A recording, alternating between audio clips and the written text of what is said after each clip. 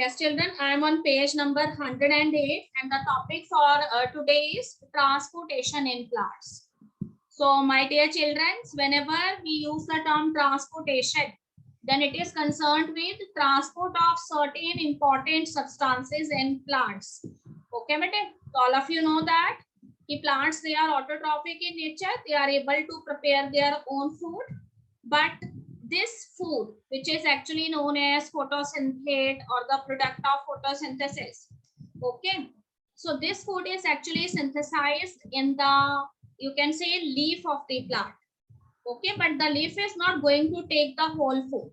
It must have to be distributed to other parts of the plant such as a root, stem, branches and other vegetative organs. And similarly, you know that every plant has its own root, and that is for the purpose of absorption of water and minerals. So whatever you observed in your daily life, when we do proper watering of the plants, okay, there is a normal growth that takes place in the plant. So here I am talking in this topic transportation in plants about two main type of tissues, which are xylem and phloem. You have also learned in your previous classes about these vascular tissues, xylem and phloem. So xylem is a vascular tissue that is responsible for the conduction of water and minerals.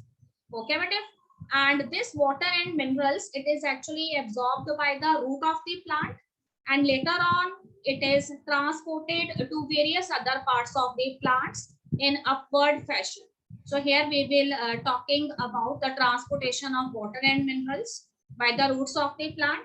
Okay, how this transportation actually happens, what are the theories that actually explain you the method of transportation of water and minerals as well as the food.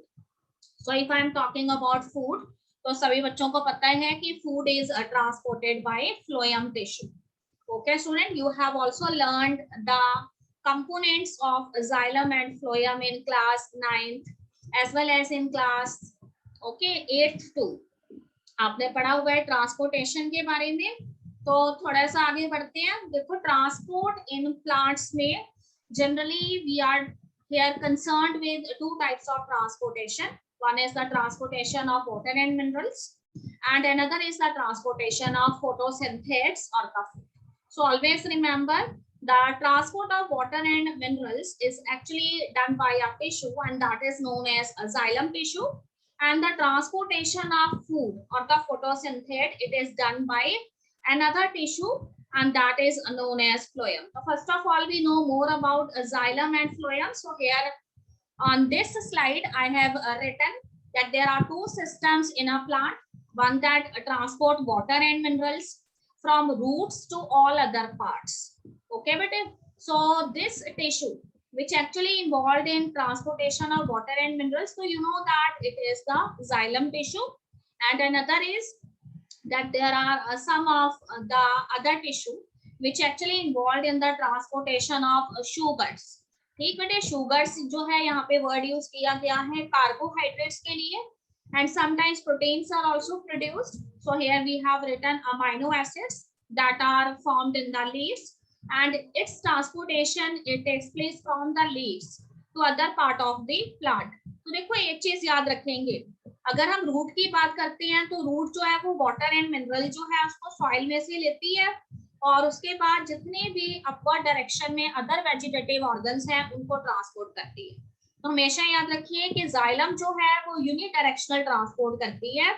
But if we are talking about phloem, तो आपको पता है कि leaves जो है वो photosynthesis करते हैं, उसके अंदर फोटोसिंथेट्स फॉर्म होती हैं, और ये फोटोसिंथेट्स जो हैं वो लीव से अदर वेजिटेटिव ऑर्गन्स पर पहुंचते हैं. But all of these vegetative organs, some are actually present in the upward part of the plant and some are present below, क्योंकि प्लांट की जो रूट्स है वो नीचे की तरफ है, पर प्लांट की अगर हम लीफ की बात करें, ब्रांचेस, स्टेम, तो they are in upward direction. तो लीव्स जो है उसमें से जो फोटोसिंथेट्स हैं उसका ट्रांसपोर्ट जो फ्लोएम टिश्यू करता है वो हमेशा बाई डायरेक्शनल मैनर में करता है. ठीक बेटे, तो transport of water and minerals always takes place in unidirectional manner, and transport of photosynthetes or food It always takes place in bi-directional manner. Okay, students. So proceeding with the next one. What is the question actually? कि what things are actually transported by these xylem and phloem? So always remember कि xylem जो है वो हमेशा water and minerals का transport करती है. Okay, बेटे. So you have also heard about one process, and that is a transpiration. What is transpiration? All of you know very well that it is actually the loss of extra water from the aerial parts of the plant when sunlight falls on them. ठीक है, ऐसे ही होता है ना, अगर leaves के जो aerial parts हैं उसमें से वाटर जो है एक्स्ट्रा वाटर का लॉस हो जाता है और उससे जो प्लांट के पार्ट्स हैं उसकी कूलिंग जो है वो बनी रहती है एंड फोटो बर्निंग नहीं होती है. ओके, तो कहते हैं कि there are so many processes by which water is actually lost from the plant, जैसे कि ट्रांसपीरेशन है. ओके, तो इन सभी की वजह से जो वाटर लॉस हुआ है ना वो फिर से मेंटेन हो सके, तो इसीलिए जाइलम टिश्यू जो है वो time to time water and minerals जो है उसको एब्जॉर्ब करता रहता है रूट्स की हेल्प से. ठीक बेटे. अनदर इज कि अगर हम फ्लोएम की बात करते हैं तो phloem is actually transporting sugars. तो फ्लोएम जो है वो शुगर का ट्रांसपोर्ट करता है. ठीक. एंड यहाँ पे शुगर का मतलब फोटोसिंथेसिस या कार्बोहाइड्रेट्स है, because the chief components of photosynthesis. ठीक है, इट इज एक्चुअली फोटोसिंथेसिस और कार्बोहाइड्रेट्स. तो यहाँ पे हमेशा कहते हैं कि जो फूड पार्टिकल्स है ना वो काफी सारे फूड पार्टिकल्स जो है वो एक साथ मूव करते हैं. So it is a bulk flow type of transport. Okay students. इसके अलावा कहते हैं कि गैसियस एक्सचेंज भी होता है. तो you have also heard about the process of photosynthesis, and you are very much familiar with the stomatas too. ठीक है, stomatas, they are the small pore like structures which are present in the upper and the lower epidermis of the leaves. And you also know the function कि भाई stomata जो है उसमें से gases का exchange होता है. ठीक है, तो फोटोसिंथेसिस के लिए कौन सी गैस रिक्वायर्ड है सभी को पता है, carbon dioxide gas is required. और कौन सी गैस रिलीज होगी तो ऑक्सीजन गैस इज रिलीज्ड. तो गैसियस एक्सचेंज जो है वो भी प्लांट्स के द्वारा किया जाता है. अब देखिए बेटे, वैस्कुलर टिश्यूज टू टाइप के हैं. दिस में भी जाइलम और दिस में भी फ्लोएम. ओके, अब जाइलम जो है उसका फंक्शन क्या है तो सबको पता है कि xylem carries water and minerals. ठीक है, here he has written nutrients. So nutrient is only concerned with minerals. तो देखो वाटर अकेला नहीं आता सॉइल में से, because you know that soil is a reserve house of so many important macro and micro elements. So all of these are present in the soil. So when the root they pull water from the soil, so along with water minerals they also comes automatically. Okay बेटे, तो यहाँ से ये जो root है उसको फिर आगे स्टेम की तरफ ट्रांसफर करती है. एंड आपको मालूम है कि what is present in the stem. तो स्टेम के अंदर xylem tissue is there and this xylem tissue it transport this water to all other parts of the plants such as leaves, branches, fruits, flowers, etc.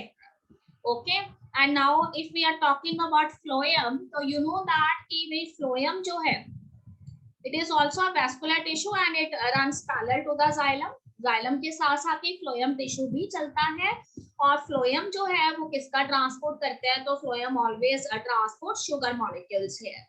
Okay बेटे, तो आपको मालूम है कि where these sugar molecules are produced, this sugar molecule is actually synthesized in the leaves of the plant. Okay bete, so here from the leaves they are transported to all other parts of the plant. So this function is actually done by the phloem. तो यहाँ पे देखिए आपको मैंने जो है अलग अलग स्ट्रक्चर्स दिखाए हुए हैं जाइलम एंड फ्लोएम के. तो these are the structures of the xylem vessels. तो हमेशा जाइलम में याद रखिए कि यूनिडायरेक्शनल फ्लो होता है, वन वे मूवमेंट होता है. पर फ्लोएम जो है उसमें टू वे मूवमेंट होता है, क्योंकि some of the vegetative parts of the plants they are located in the upward direction and some other parts they are located in the downward direction. ठीक है, जैसे प्लांट के रूट्स नीचे की तरफ है तो उनको भी फूड चाहिए, और अगर stem, branches, flower and fruits की बात करते हैं तो they are present in upward direction, they also required food. तो फ्लोएम हमेशा बाई डायरेक्शनल ट्रांसपोर्ट करती है. Okay, but now I am telling you in brief about the xylem tissues. So you know that xylem is actually concerned with the transport of minerals, water, etc. from root to upper parts of the plant. Okay, another very important thing that is related with xylem is कि xylem को हम wood भी कहते हैं. ठीक है, तो wood जो word है ना वो हम xylem के लिए use करते हैं. और वो कहते हैं कि ये जो जाइलम होती है, ठीक है, ये स्टेम और जो रूट्स होती हैं उनकी बल्क को फॉर्म करती है। तो जो भी आपको रूट या स्टेम के अंदर गुड फॉर्मेशन नजर आता है वो उसके जाइलम की वजह से, ठीक है। अब जाइलम जो है it is composed of 3 type of cells, ठीक है। There are 3 type of cells that generally form the xylem. तो उसमें से कुछ सेल्स जो हैं they are living cells and some other cells they are the non living type of cells. तो see this diagram, इस डायग्राम के अंदर आपको जाइलम जो है उसके बड़े बड़े वेसल्स दिखाई गए हैं, ठीक बेटे। और ये वेसल्स जो होती हैं इनकी लार्ज कैविटीज होती हैं, लार्ज ल्यूमेन्स होते हैं, and all of these vessels they are joined with each other in end to end fashion।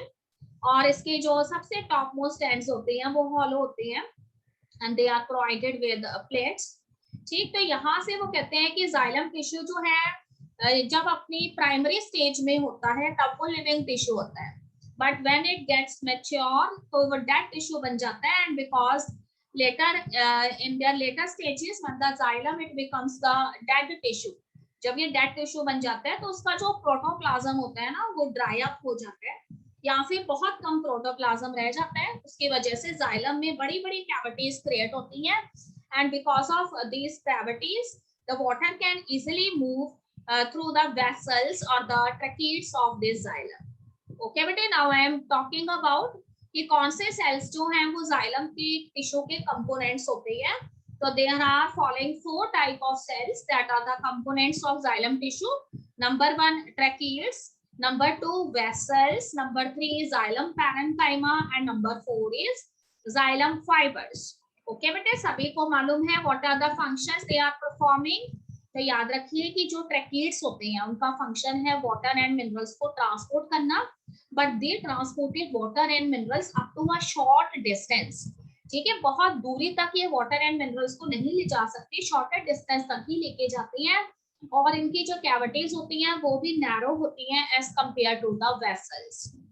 Okay बेटे, if we are talking about vessels, तो वेसल्स जो होते हैं दे हैव लार्जर ल्यूमेन्स और कैविटीज। वेसल्स जो हैं वो काफी बड़े होते हैं साइज में, उनकी बड़ी बड़ी कैविटीज होती हैं ट्रैकीड्स के कंपैरिजन में। They can transport water and minerals to a larger distance, ठीक है। काफी दूर तक अगर हमें एक टॉल ट्री नजर आता है तो उसके जो वेसल्स होंगे वो काफी ऊंचे हाइट तक जो है उसके अंदर वाटर एंड मिनरल्स जो है उसको ट्रांसपोर्ट कर सकते हैं। तो बेसिक डिफरेंस याद रखेंगे, ट्रैकीड्स जो है they transport water and minerals up to a shorter distance and vessels they transport water and minerals to a longer distance.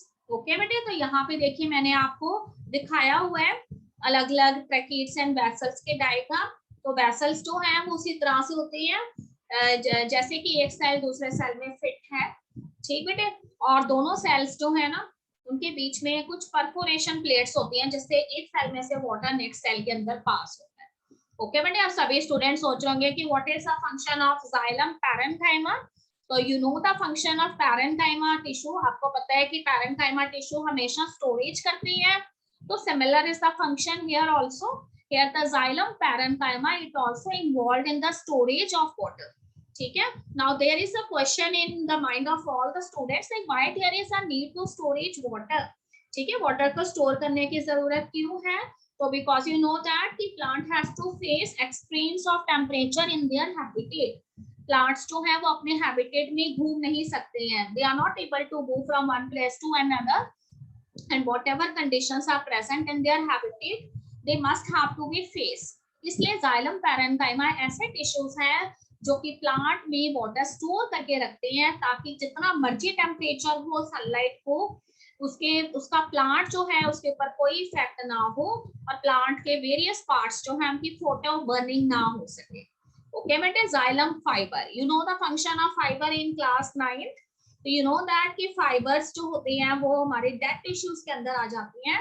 तो देखो बेटे, जाइलम फाइबर्स जो हैं they are present in the walls of tracheids and vessels और इनका function वही है जो आप सोच रहे हो, इनका फंक्शन है प्रोटेक्शन, ठीक है। तो जब वाटर मूव करेगा ना ट्रैकीड्स एंड वेसल्स में से, तो because their walls are surrounded by these fibres, तो वाटर का मूवमेंट कितना भी फास्ट हो उसे ट्रैकीड्स और वेसल्स की वॉल्स जो है वो बर्स्ट नहीं होगी। ओके स्टूडेंट, तो here I have written the functions, मैंने सबके फंक्शन यहाँ पे लिखे हैं। तो देखिए वेस्कुलर टिश्यू जाइलम का फंक्शन है वाटर और मिनरल्स को ट्रांसपोर्ट करना, और वेसल्स जो हैं और जो ट्रैकिड्स हैं अगर उनकी हम बात करें तो वेसल्स जो हैं they are present in higher plants. ठीक है, तो सबसे हाईएस्ट टाइप ऑफ प्लांट्स जो हैं they are the flowering plants और द एंजियोस्पर्म्स। एंजियोस्पर्म्स जो हैं उनके अंदर वेसल्स प्रेजेंट होते हैं ट्रैकिड्स की जगह पे, और ट्रैकिड्स जो हैं वो भी सारे वेस्कुलर प्लांट्स के अंदर होते हैं। But what is the basic difference between vessels and tracheids? They have narrow cavities as compared to vessels. Okay बेटे, vessels जो हैं they are connected end to end, और एक वेसल दूसरे वेसल के साथ एंड टू एंड कनेक्टेड होता है और उनके बीच में परफोरेटेड प्लेट्स होती हैं जिससे the water from one cell it enters into the next vessel. Okay, and both of these xylem cells whether it may be tracheids or vessels दोनों ही dead cell होती हैं। तो आपको मैंने बताया था कि अगर जाइलम टिश्यू जो है वो डेड टिश्यू ना हो तो उसकी वजह से उसमें कैविटीज नहीं होंगी और वो वाटर को ट्रांसपोर्ट नहीं कर पाएगा। तो इनिशियली तो जाइलम जो है वो लिविंग टिश्यू होता है, पर लेटर ऑन अपनी लेटर स्टेजेस में वो डेड टिश्यू बन जाता है, तो उसका सारा प्रोटोप्लाज्म जो है it gets dry up and located in the boundary, and so as a result larger cavities are here and water can easily flow. So here I have again written the same thing. Tracheids are elongated tube like cells tapering at their ends. Their ends are round or oval and they have lignified walls. इनकी जो walls होती हैं उसमें lignin की coating होती है जो इनको protection provide करता है, dead tissue होता है। Vessels का देखो, vessels long होती हैं, cylindrical shape रखते हैं, tube like होती हैं और इनमें भी lignified walls present होती है। फंक्शन में आपको कई बार बता चुकी हूँ, वाटर कंडक्टिंग टिश्यू है जाइलम, फ्लोएम के साथ मिलकर वेस्कुलर टिश्यू फॉर्म करता है and it also provides support to the plant because in one of the component of xylem is xylem fiber. ठीक बेटे, आप फ्लोएम के बारे में जानते हैं। What is phloem? So phloem tissue is actually found in vascular plant and it is responsible for the transport of food which is actually in the form of carbohydrates or sugars. Okay, so you know that leaves undergoes photosynthesis and as a result the carbohydrates they are present in the leaves. तो ये leaves अकेले ही carbohydrate नहीं लेने वाले हैं, other parts को भी चाहिए। तो यहाँ से वो कहता है कि leaves जो हैं उसमें से carbohydrate का transport phloem tissue के जरिए होता है और लीफ से ये अदर जो पार्ट्स है प्लांट के वहां तक पहुंचते हैं। तो याद रखिएगा, I am here introducing two terms. Leaf यहाँ पे सोर्स कहलाता है और जो दूसरे टारगेट टिश्यूज हैं जहां फूड को ट्रांसपोर्ट करना है उनको हम यहाँ पे सिंक कहते हैं।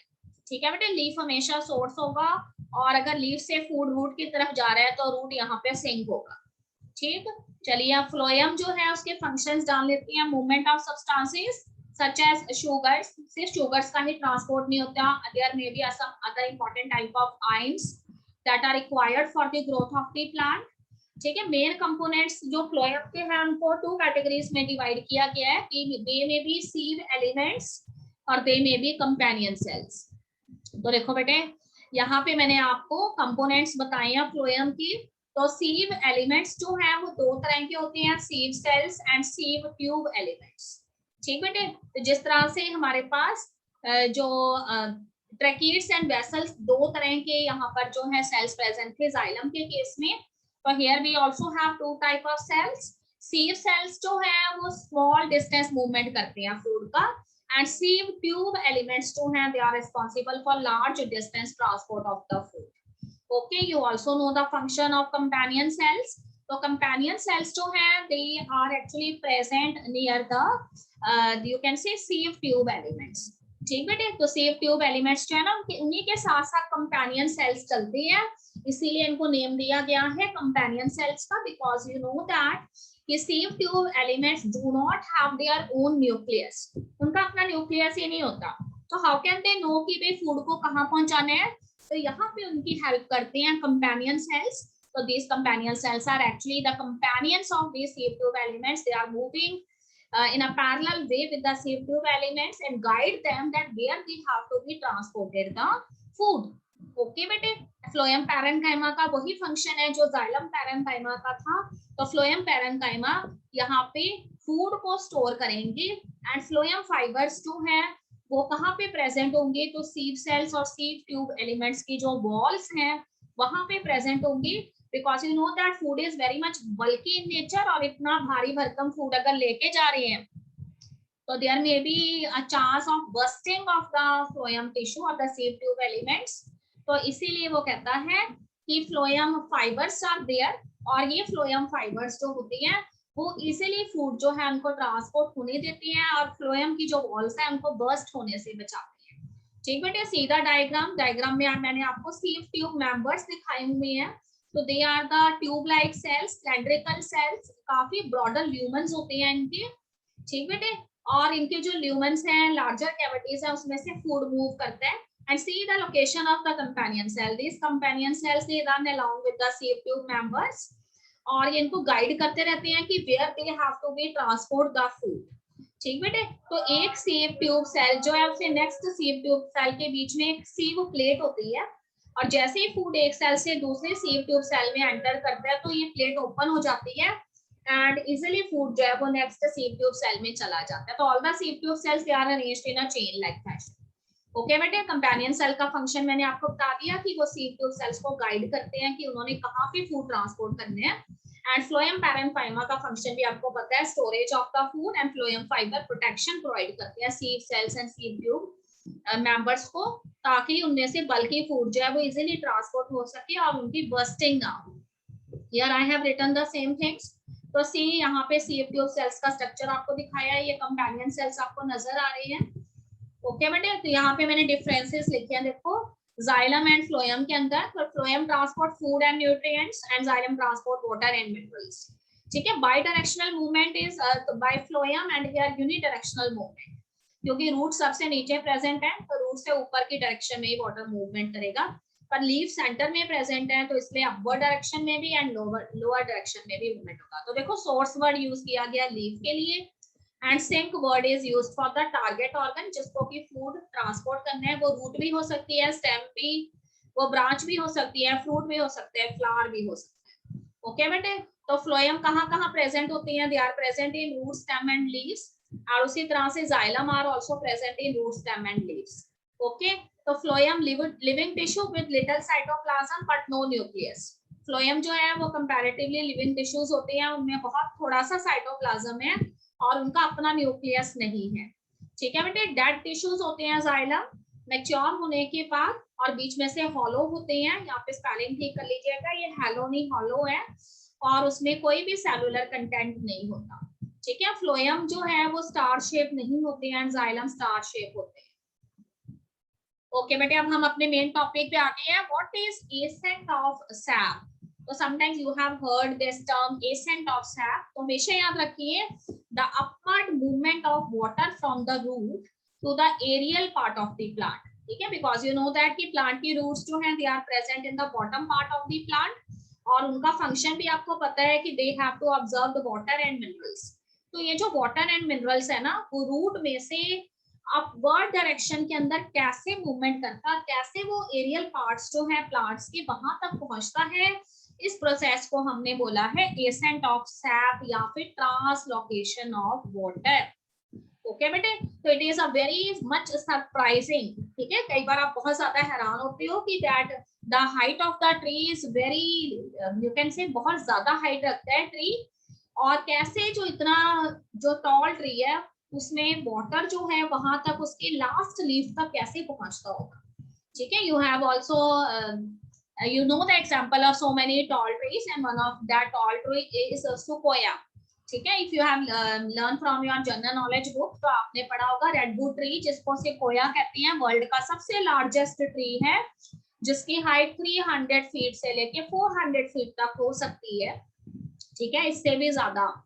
ठीक है, 4000 years old ट्रीज जो हैं वो भी अर्थ की सरफेस पे प्रेजेंट है, जाइंट ट्रीज। पर अगर आज भी वो आपको हरे भरे नजर आते हैं, ग्रीन नजर आते हैं, दिस मींस वाटर उनके लास्ट लीफ तक पहुंचता है। तो कैसे पहुंचता है? तो अलग अलग साइंटिस्ट ने बेटे अलग अलग थ्योरीज दी हैं।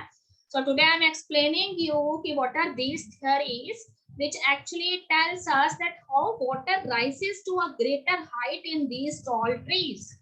So first answer is given by the theory, and that theory is known as root pressure theory. Okay बेटे, तो रूट प्रेशर थ्योरी जो है इसको कैसे समझेंगे आप? तो देखिए, you know that the root of the plant is actually present in the bottom of the tree. तो रूट्स जो है उसका फंक्शन क्या है कि उसने सॉइल में से वाटर जो है उसको अपनी तरफ करना है, पुल करना है। ठीक है बेटे, तो सॉइल में not only water is present but along with water minerals are also there in the soil. ठीक है, मिनरल्स भी प्रेजेंट है। तो अब क्या होता है, वो कहते हैं कि व्हेन द रूट, ठीक है, तो रूट जो है वो वाटर जो है उसको इजीली जो है मूव कर सकती है because the amount of water is very much high in the soil. ठीक है, सॉइल के अंदर वाटर का अमाउंट बहुत ज्यादा है और रूट के जो सेल्स हैं उसमें वाटर इज वेरी लेस। ठीक बेटे, इसलिए वाटर तो फ्रीली मूव कर जाएगा from soil to the root cell. इस मेथड को हम क्या कहते हैं, डिफ्यूजन कहते हैं। ठीक है, it is the movement of the molecules from high concentration to low concentration. तो वाटर का मूवमेंट तो इजी है, पर कहते हैं कि जो न्यूट्रिएंट्स प्रेजेंट हैं, ठीक है, तो these nutrients are not present in very large amount in the soil, but it is very much required by the plant for its growth. Plant को अपनी ग्रोथ के लिए न्यूट्रिएंट्स चाहिए ही चाहिए। तो इसलिए वो कहते हैं कि प्लांट क्या करता है, प्लांट जो है by the method of active transport in nutrients को पिक कर लेता है। ओके बेटे, तो प्लांट जो है उसने क्या करना है, सॉइल में से न्यूट्रिएंट्स ले लेनी है। तो ये जो न्यूट्रिएंट्स है ना, ये आयंस की फॉर्म में होते हैं। तो इमेजिन करिए कि रूट के जो सेल्स हैं, रूट का जो फर्स्ट सेल है उसमें आयंस आ गई हैं। ठीक, तो फर्स्ट सेल जो है उसके अंदर आयंस की कंसेंट्रेशन काफी ज्यादा हो गई है। ठीक बेटे, तो दूसरी तरफ वो कहते हैं कि वाटर की कंसेंट्रेशन कहाँ पे ज्यादा है, सॉइल के अंदर ज्यादा है। तो देखिए, जो फर्स्ट सेल है रूट का, उसके अंदर आयंस की कंसेंट्रेशन ज्यादा होने की वजह से that cell it establish a concentration gradient. उसने क्या एस्टैब्लिश कर लिया, एक कंसेंट्रेशन ग्रेडियंट एस्टैब्लिश कर लिया। ठीक है, तो वाटर जो है वो सॉइल में ज्यादा है और फर्स्ट सेल जो है उसके अंदर वाटर की क्वांटिटी कम है, तो वाटर जो है वो सॉइल में से रश करके रूट के फर्स्ट सेल में पहुंचेगा। बट आपको पता है कि what is present in the first cell of the root by the method of active transport, ions are present. तो जैसे वाटर इतनी तेजी से आएगा ना सॉइल में से फर्स्ट सेल में, तो वो जो आयंस प्रेजेंट है फर्स्ट सेल के अंदर उनको थोड़ा सा पुश करेगा। ठीक है, तो उसने पुश करना है जब उन आयंस को, तो वो फर्स्ट सेल से सेकंड सेल में चले जाएंगे। अब क्या हुआ, in the first cell the amount of water is more but in the second cell the amount of water is very less. तो from the first cell this water now move towards the second cell. ठीक है, तो when again the water moves with a high speed then it push those ions towards the third cell. अब फिर second cell के अंदर काफी water हो गया एंड थर्ड सेल में very less water is there. So फिर से सेकंड सेल से थर्ड सेल के अंदर, थर्ड से फिर फोर्थ सेल में, ऐसे करते करते वाटर जो है वो आयंस को भी आगे आगे सेल्स में पुश करता जा रहा है एंड खुद भी राइज करता जा रहा है। तो here by the root pressure, ठीक है बेटे, a kind of pressure is develop.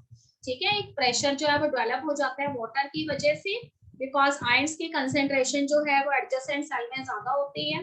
तो वाटर जो है by the method of diffusion it rises up to a certain height, पर बहुत ज्यादा हाइट तक राइज नहीं कर पाता।